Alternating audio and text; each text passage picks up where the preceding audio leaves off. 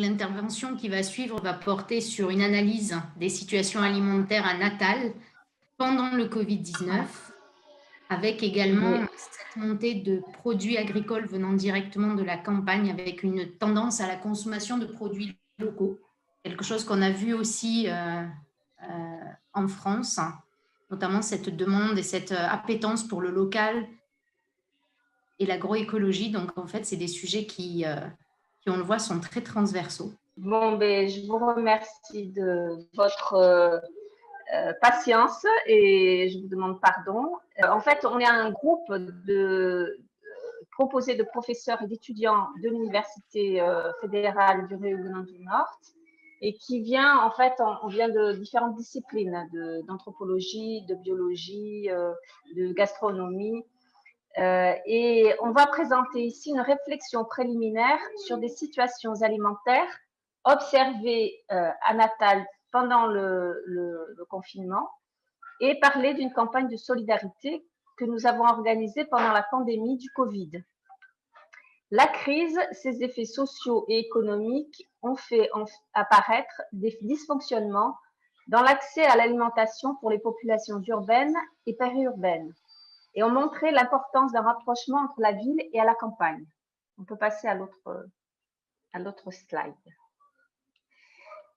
Très tôt, des demandes urgentes ont été formulées par les groupes vulnérables et les agriculteurs qui n'arrivaient plus à écouler leur production.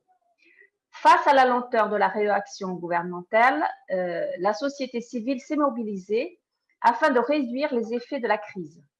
Des campagnes d'aide alimentaire et de collecte de produits d'entretien et d'hygiène se sont organisées. Ce sont d'abord des femmes qui sont à l'origine des initiatives de solidarité. On s'intéressera au rôle joué par les femmes dans les échanges, notamment à travers notre exemple d'action de la Feira Solidaire.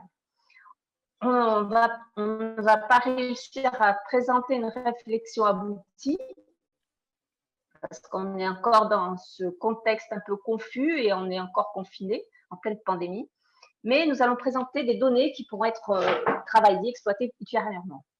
Cela nous donnera aussi l'occasion d'aborder des questions liées au genre, sans approfondir parce que personne n'est spécialiste de ce thème, et à l'engagement politique au sens large, de percevoir les différents modes de consommation et les manières de manger à Natal, mais aussi de comprendre que la vie familiale s'appuie souvent sur une solidarité organisée à l'échelle des quartiers populaires qui sont perçus comme une extension de l'espace domestique. On peut passer à l'autre. Donc, nous présenterons l'autre slide. Voilà. D'abord, le contexte général de la question alimentaire au Brésil et nous décrirons une action de soutien, la Feira Solidaire, qui a bénéficié des agriculteurs et des familles de la périphérie. Et nous prendrons l'exemple d'un centre religieux du Candomblé pour voir comment s'est organisée cette solidarité. On peut passer à l'autre. Donc, le rapport sur l'état de la sécurité alimentaire et de la nutrition dans le monde de la FAO, qui a été publié en juillet 2020, et un rapport sur le pouvoir d'achat des familles qui a été diffusé, des familles brésiliennes, qui a été diffusé le 17 septembre, nous ont fourni des chiffres pour comprendre un peu mieux la situation alimentaire qui est alarmante, en fait. On s'aperçoit qu'en 5 ans, on observe une augmentation de plus de 3 millions de personnes sans accès normal à une bonne alimentation. Et on voit sur la carte que le nord et le nord-est sont davantage touchés, puisque la moitié des foyers de la région nord-est a reçu une aide gouvernementale d'urgence. La prochaine. Donc, ça fait plus de 10 millions de Brésiliens, 4,6% de la population qui se trouve en situation d'insécurité alimentaire grave. On peut passer. La situation est encore plus critique pour les familles monoparentales où les chefs sont des femmes, puisque presque 52% des familles en insécurité alimentaire grave sont dirigées par des femmes. La pandémie qui a démarré en mars 2020 aggrave ce cas, surtout dans les villes, accentuant les inégalités sociales, raciales et de genre dans un pays secoué par une crise politique aiguë depuis 4 ans. Les impacts de la pandémie sont sans précédent sur la santé des populations vulnérables et les conséquences sont encore à mesurer. La prochaine. Pour l'État du Rio Grande du Nord, ce sont plus de 400 000 familles qui se sont inscrites auprès des organismes officiels pour recevoir des aides d'urgence. Et à Natal, la capitale, où vivent plus de 800 000 personnes, 57% des familles sont bénéficiaires de ces aides et 65% d'entre elles qui se trouvent en situation d'extrême pauvreté sont noires ou métisses. 27% sont en insécurité alimentaire. Donc, ce sont les femmes noires qui sont les plus vulnérables. Elles reçoivent en moyenne la moitié de ce que gagnent les hommes blancs et sont 2 fois plus touchées par les taux de chômage. Les femmes des quartiers populaires, en général, elles ont des emplois domestiques précaires, peu qualifiés, femmes de ménage à la journée, aide à domicile, aide cuisinière, serveuse, manucure, aide-soignante. Et elles font des doubles journées, parfois triples journées, car elles sont à leur charge des enfants issus de différentes unions, des petits-enfants, des personnes âgées, et travaillent pour subvenir aux besoins de la famille. Du jour au lendemain, ces familles vivant déjà dans la précarité se sont retrouvées sans aucune ressource. La prochaine. La situation alimentaire des zones périurbaines s'est rapidement détériorée avec la pandémie, à la campagne et en ville, notamment en raison de l'absence des repas scolaires, apport nutritionnel essentiel pour les enfants des familles à faible revenu, et avec la paralysation des programmes d'aide et d'achat direct aux agriculteurs. Les inégalités sociales se sont creusées pendant la pandémie, ont touché en particulier ces mères de famille qui ont vu augmenter le temps à consacrer aux enfants et qui n'allaient plus à l'école et aux personnes âgées fragiles, car faisant partie des groupes à risque. En quelques semaines, le droit à l'alimentation est devenu un problème de société et a impacté directement les femmes, en particulier dans les quartiers pauvres, qui pour la majorité sont chefs de famille. Ce sont elles qui reçoivent les aides gouvernementales depuis la mise en place de la Bourse à famille, qui est un programme d'allocation familiale qui a été mis en place en 2003. En plus de cela, il y a eu une aide d'urgence qui a été mise en place par le gouvernement en 2020 et qui a donné priorité à ces familles et aux travailleurs informels. Il faut dire que suivant les régions, l'informalité, c'est 40 à 50% de la population active. La prochaine. Donc, pour notre exemple de la Feira Solidaria, elle est née dans ce contexte de crise alimentaire et les producteurs de 6 colonies agricoles issus de la réforme agraire ont été soudain empêchés de vendre leur production et ont pu commercialiser leurs produits à des prix équitables par le biais d'une campagne pensée comme une réponse temporaire à une situation critique. Entre les mois de mai et de juin 2020, 4 campagnes ont été organisées. 15 tonnes de fruits et légumes ont été distribuées à plus de 2000 familles en situation de vulnérabilité sociale. Elles étaient inscrites dans des associations culturelles, des œuvres sociales ou encore des églises localisées dans les quartiers périphériques de la ville. On peut passer à la prochaine. La 4e édition, il y a eu 700 paniers qui ont été distribués. Et parmi les volontaires, les contributeurs, on trouve davantage de femmes qui sont impliquées dans les activités liées à la sphère privée, tels que les soins domestiques, la nourriture et les enfants. Dans la sphère publique, elles paraissent s'engager davantage dans des actions centrées sur des thèmes tels que la justice sociale et environnementale et la solidarité. Donc, ces campagnes organisées sur les réseaux sociaux, en particulier par des groupes WhatsApp et Instagram, ont été mises en place par, je crois que c'est, donc là on voit la carte de Natal avec en rouge les quartiers qui ont été bénéficiés et les producteurs en bleu. Et le point jaune, c'est l'exemple que nous allons prendre tout à l'heure. Donc, je crois qu'on peut passer à la prochaine. Voilà, donc il y a eu d'autres projets qui existent, qui visent à rapprocher les producteurs des consommateurs. Et ça avant la pandémie. Et le mouvement décentaire, le MST, est fortement implanté dans la région et le principal acteur de ce rapprochement. Il bénéficie de l'appui de l'État du Rio Grande do Norte. Et il faut dire que notre État du Rio Grande do Norte est dirigé par la seule gouverneure femme au Brésil.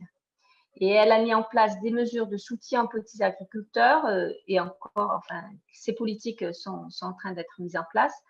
Et elle distribue, il y a eu une distribution de 60 tonnes d'aliments produits par des coopératives agricoles. Pendant la crise et le confinement, se sont multipliés les applicatifs de livraison des groupes d'acheteurs par WhatsApp.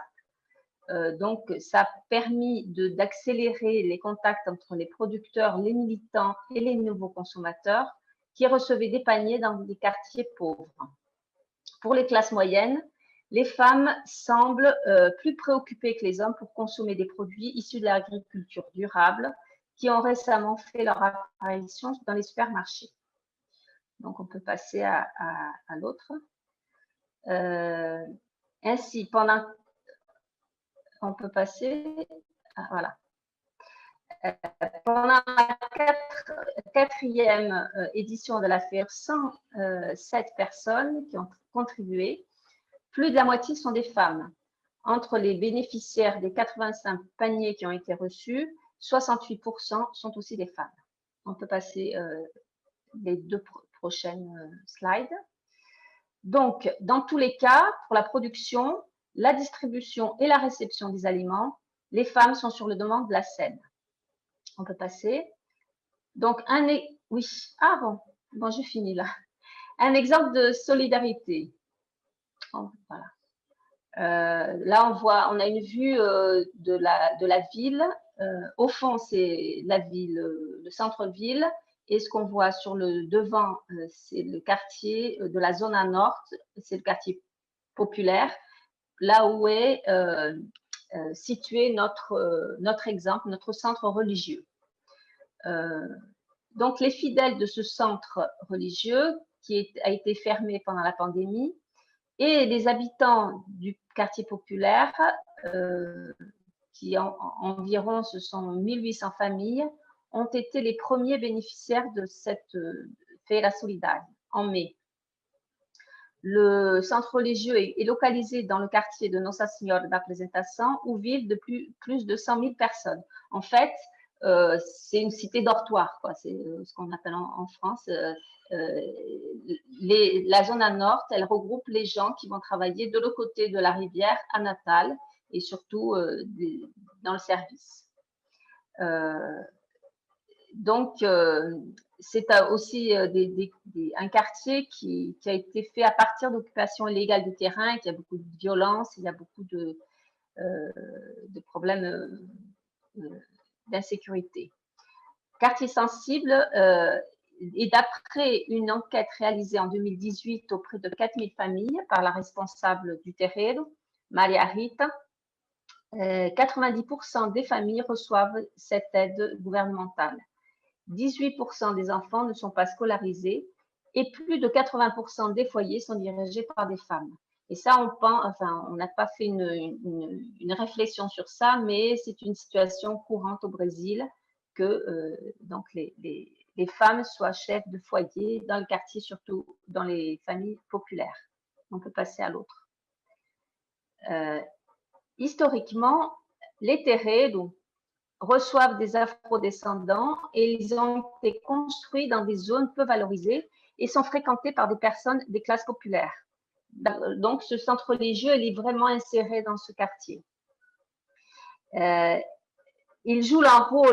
centres jouent un rôle important dans la distribution de nourriture puisque les cultes sont organisés autour d'offrandes et de plats cuisinés pour les divinités. Ces plats, ensuite, sont consommés entre les participants.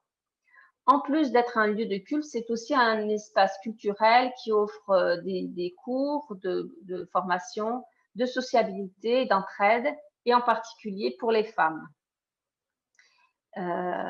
Ici, les solidarités de voisinage et de confession religieuse se confondent.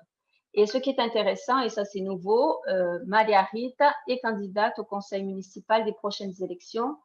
C'est donc ça marque une entrée des femmes dans la vie publique, en dehors des cuisines, si on peut dire, hein, et en dehors, mais par ses préoccupations sociales liées au bien-être des familles.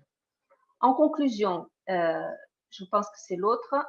C'est l'engagement des femmes de différentes classes sociales dans des actions de société qu'on a vu.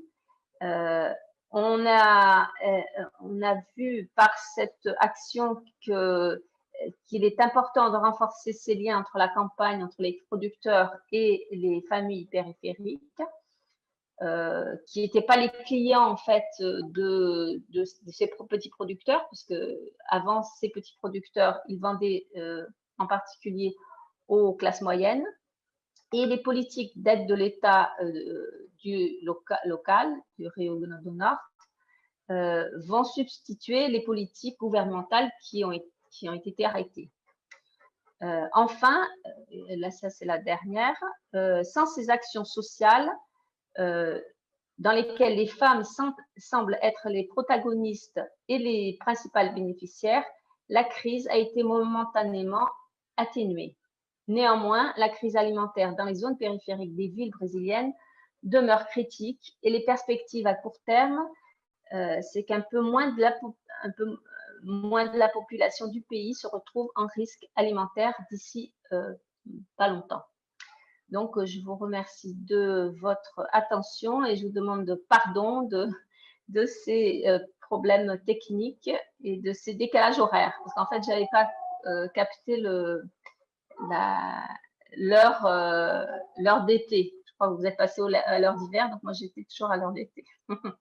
Merci beaucoup. Voilà, je crois qu'il y a eu une dernière image où il y a les intervenants, les gens, les institutions qui ont participé. Voilà, merci.